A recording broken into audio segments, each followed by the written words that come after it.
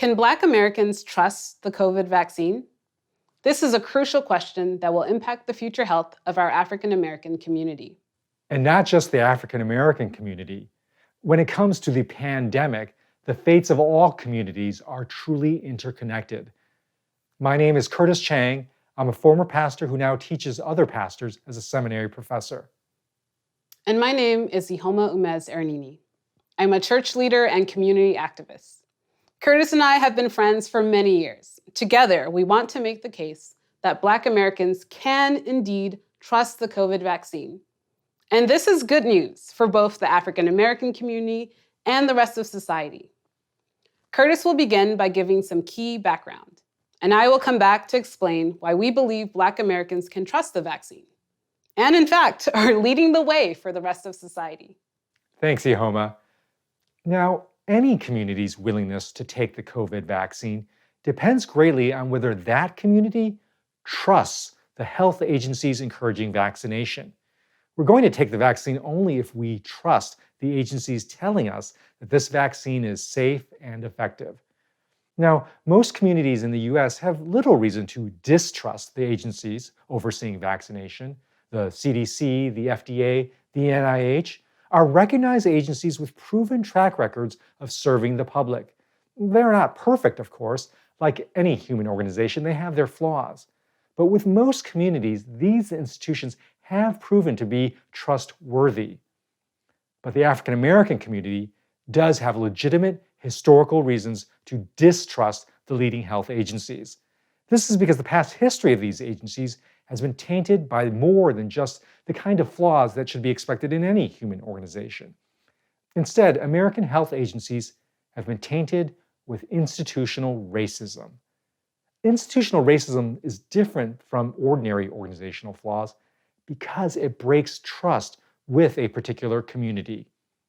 For example, if the public health agency rolling out the vaccine in my city was doing so too slowly, that institutional flaw would affect everyone. So I can extend grace and patience because that agency is just showing it's human. However, suppose I heard the leaders of this agency were secretly calling COVID the China flu, and their staff were making racist jokes about Asian Americans, or perhaps even that agency was prioritizing whites over people like me. If that were the case, I would no longer trust the agency and what it told me to do. To repeat, institutional racism is damaging because it breaks trust with a particular community. Now, my example is purely hypothetical. Unfortunately, Black Americans have experienced real and damaging institutional racism. A key chapter in that story is the Tuskegee syphilis study that ran from 1932 to 1972. The study originated with the CDC. Yes, the very CDC you hear about with COVID. One of the early projects of the CDC was a study that enrolled Black sharecroppers, deliberately looking for African Americans who were infected with syphilis. But the researchers, who were almost entirely white, did not treat those infected individuals or even tell them they were infected. Instead, they told them they were receiving free medical care. Except the doctors were lying. The Black men were not receiving medical care. The study was intentionally designed to see how much and how quickly syphilis causes damage when untreated. So doctors deliberately lied to these Black sharecroppers, did not tell them that they had syphilis, and did not treat them. The doctors knew syphilis would cause severe damage, and early on, the doctors already had effective treatment available in the form of penicillin. Yet this experiment lasted 40 years without any of the patients receiving treatment. The study was only ended in 1972 when it was exposed to the media. And by the end, the study had caused the deaths of 128 of the participants. As I said, the CDC, the institution leading the public on COVID today, was responsible for this horribly racist practice.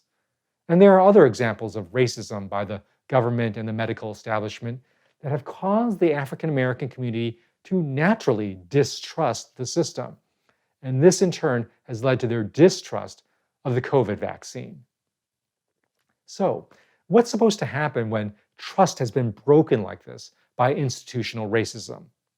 Well, the biblical response to sin and broken trust hinges on two components: repentance and reconciliation. You can think of repentance as what the sinner must do first, and reconciliation as the choice of those who have been sinned against. On the repentance side, the key signs of genuine repentance are when the sinner acknowledges the sin, asks for forgiveness, and begins to repair the damage. Notice that the third sign is begins to repair the damage. This is because it's impossible for humans to completely repair the damage done. Complete and satisfactory repair is something that only God can accomplish, especially in the miraculous work of the cross. One sign that genuine repentance is happening and that God is actively at work is when those beginning steps lead to the second component, that of reconciliation. Reconciliation happens when those sinned against graciously accept those initial steps of repentance and voluntarily choose to resume relationship. Reconciliation is a miracle, a sign that God is at work. Because remember, humans cannot fully repair the damage of sin. So humanly speaking, the sinned against side has every reason to still distrust the other side. But in Christian reconciliation, the wronged party is filled with the miraculous grace of God and voluntarily chooses to resume the relationship and trust again. By their human willingness to resume relationship, they reflect God's willingness to resume relationship with us sinners while we were yet sinners, in that famous phrase of Romans 5:8. Repentance and reconciliation are the key indicators that God is at work in a situation marked by human sin. Now, how do these indicators apply to the situation of Black Americans and the COVID vaccine? Well, for that, I'll turn it over to Iheoma. Thanks, Curtis. In our nation's history, the sin of the Tuskegee experiment was acknowledged by the country on May 16, 1997. President Clinton held a formal ceremony at the White House that included the surviving victims of the study and family members. During the ceremony, the president said these words: "To the survivors, to the wives and family members, the children and the grandchildren, I say what you know. No power on earth can give you back the lives lost, the pain suffered, the years of internal torment and anguish. What was done cannot be undone, but we can end the silence. What the United States government did was shameful, and I'm sorry." These words of apology, of acknowledgement from America's president in the White House, America's seat of power, are an important sign of repentance, as are the apologies of other government and medical representatives that have come after it. But words alone do not evidence repentance. This takes us to the next part. Begin to repair the damage.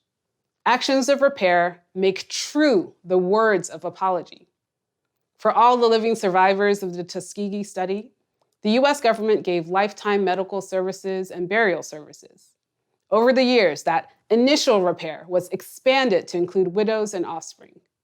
Perhaps most importantly, the government, recognizing that the CDC had committed terrible institutional racism in its biomedical research practices, instituted a number of more lasting changes. These institutional reforms included stronger bioethical oversight over all experiments to ensure that something like the Tuskegee study could not happen again. Further reforms have encouraged all researchers to respect the needs and perspectives of all minority communities. The practices of the COVID vaccine research reflected these reforms.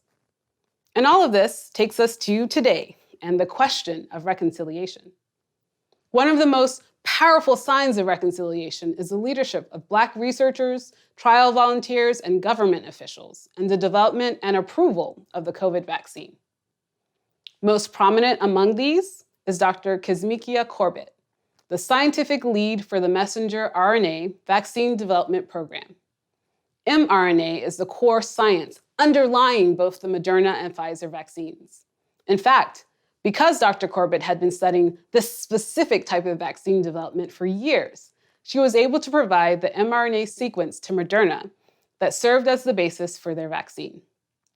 As Dr. Fauci said, "The vaccine you are going to be taking was developed by an African American woman.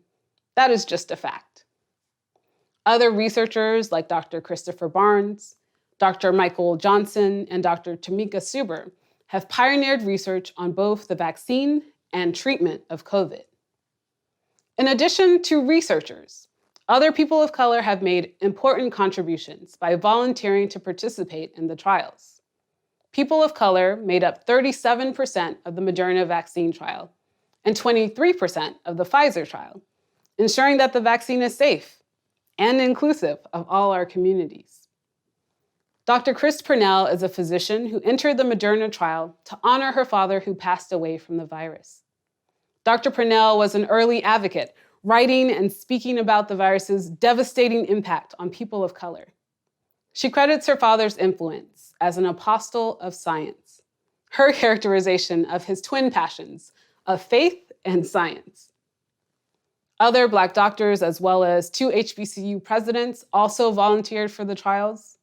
Many pastors likewise participated in the trials or received the vaccine early to promote the safety of the vaccine to their congregations. Others who received the vaccine early include Sandra Lindsay, an African-American ICU nurse who was actually the first to receive it in the US outside of trials. And of course, Madam Vice President Kamala Harris. Another sign that Black Americans have led in the vaccine process is how Black doctors like HBCU President Dr. James Hildreth of Meharry Medical College served on the overall FDA panel that approved the vaccine for all Americans. Dr. Hildreth has said, "We have been involved in every phase of development. We're sitting on all sides of the table, and that alone makes this very different from the Tuskegee experiment." I've shared actions that show steps of repentance by our government and medical bodies. I've highlighted encouraging examples of Black people who are engaging in reconciliation through their participation in the development of the vaccine. Now, not all Black people are comfortable with this reconciliation process, and that is completely legitimate. However, all of us in the Black community should seek the well-being of our people. And make no mistake, the vaccine is critical to the development and well-being of our people. Black people are disproportionately dying from the virus. Myself, I'm really haunted by this number. 69,477. 69,477 Black people have died from COVID as of the time of this recording. This represents a death rate that is nearly 2 times more than the general population. This is why a coalition of Black medical professionals have written the love letter to Black America, imploring our community to take the vaccine. I encourage you to check out their letter for yourself. And that is really, in the end, what the vaccine is about. It is about love. It is about the way that Black scientists have loved our community by leading in the development of the vaccine. It's about how Black people volunteered for the trials as an act of love to ensure that the vaccine is safe for our community. It's about how we can love our community by encouraging one another to take the vaccine. Love is why I'm so relieved that my parents and grandmother have gotten the vaccine already. And love for my community and for myself is why I plan on taking the vaccine as soon as it's available. Please join me. The pandemic has spread person to person. Ending the pandemic will also spread person to person, as each of us shares the necessary truth about the vaccine to those who are unsure. If you know someone who would benefit from this video, please take the time to share it with them.